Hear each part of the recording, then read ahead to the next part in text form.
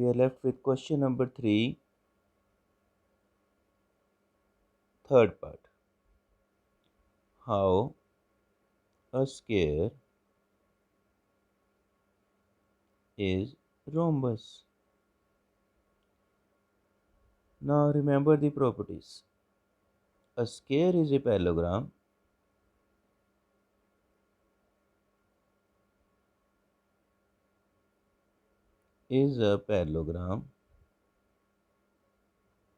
with all four sides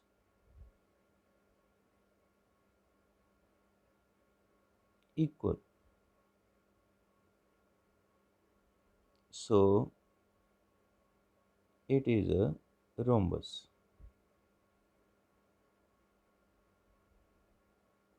Because in a rhombus also all the sides are equal. Now question number 3, fourth part. How a square is a rectangle. The first thing, each angle is right angle. So we will write a square is a parallelogram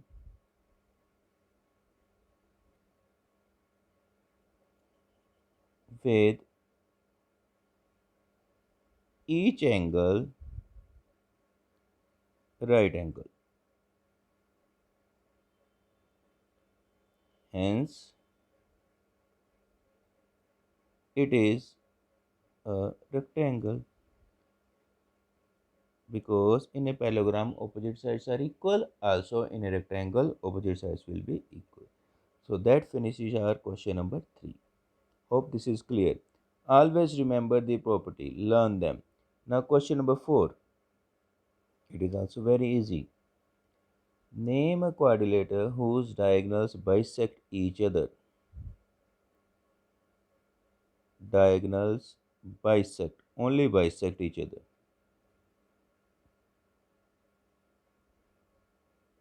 We know.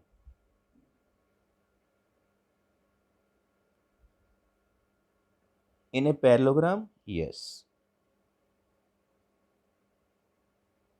Diagonals bisect each other at point of intersection. Also in rhombus, they are perpendicular bisector. That means they are bisector. In a square also, perpendicular bisector, and also in a rectangle.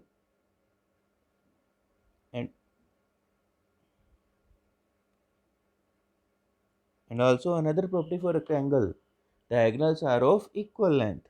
So if you remember all the property, you can do them very easily. Now I'm moving to question number 4, second part. What it says, name a quadrilateral whose diagonals are perpendicular bisector.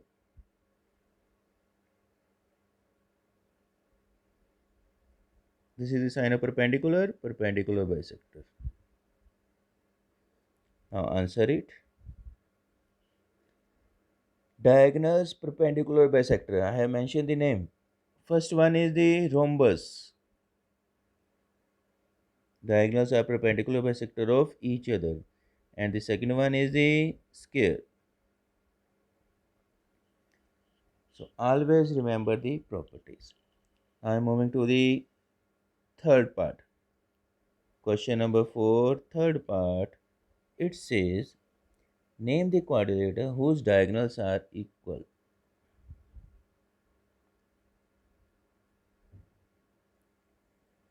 So diagonals equal, first one case will be rectangle and second one will be square. So with the property we can finish off our work very easily. Here in question number 5 we have to tell whether a rectangle is a convex quadrilateral or no. First of all, remember the definition of the convex quadrilateral, whose portion of diagonals lies inside. is called a convex quadrilateral. Now we know in a rectangle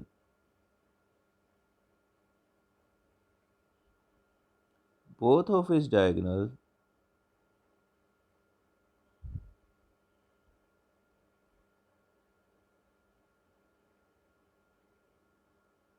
lie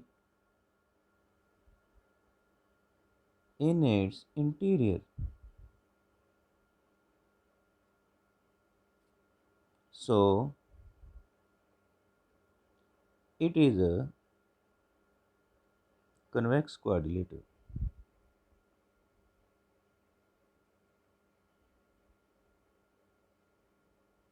See, this is a rectangle and these are the diagonals. Both the diagonals lie inside, hence it is a convex quadrilateral by the definition. Okay children, now we are moving to the last question, question number 6. It says ABC is a right angle triangle and O is the midpoint of the side opposite to the right angle. O is the midpoint we are given. Clear? That means we have to prove that O is equidistant from A, B and C. For it, let us construct, extend,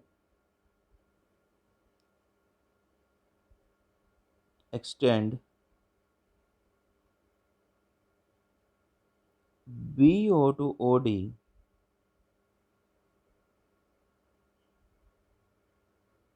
such that BO is equals to OD and join AD and DC. Join AD and DC. So we are solving now. When we join it, this is 90 degree, this is also 90 degree. So lines will be parallel. AD is parallel to BC and AB parallel to CD. Now it is a rectangle, therefore diagonal AC is equals to diagonal BD. Diagonal AC is equals to diagonal BD. Divide by 2. Divide by 2 both sides. AC upon 2, BD upon 2. When we divide half of AC, that comes out to be AO. Half of BD, that comes out to be OB. So AO comes out to be OB. Similarly, AO is equals to OC. That is given. Why? That is given to us because O is the midpoint of the opposite sides. O is the midpoint of the side opposite to the right angle. That is, O is the midpoint of the AC. Therefore, AO is equals to OC. We can write it here given.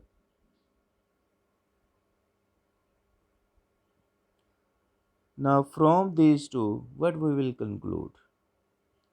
AO is equals to OB. AO is equals to OC. Means from all the parts, AO is equals to OB. OB is equals to OC. Means O is equidistant. Implies OA is equals to OB is equals to OC. O is equidistance.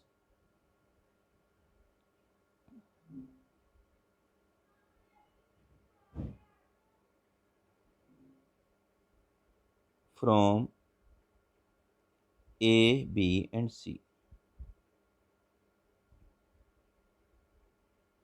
I hope this is clear. So we will write OA is equals to OB is equals to OC. Hence, O is equidistance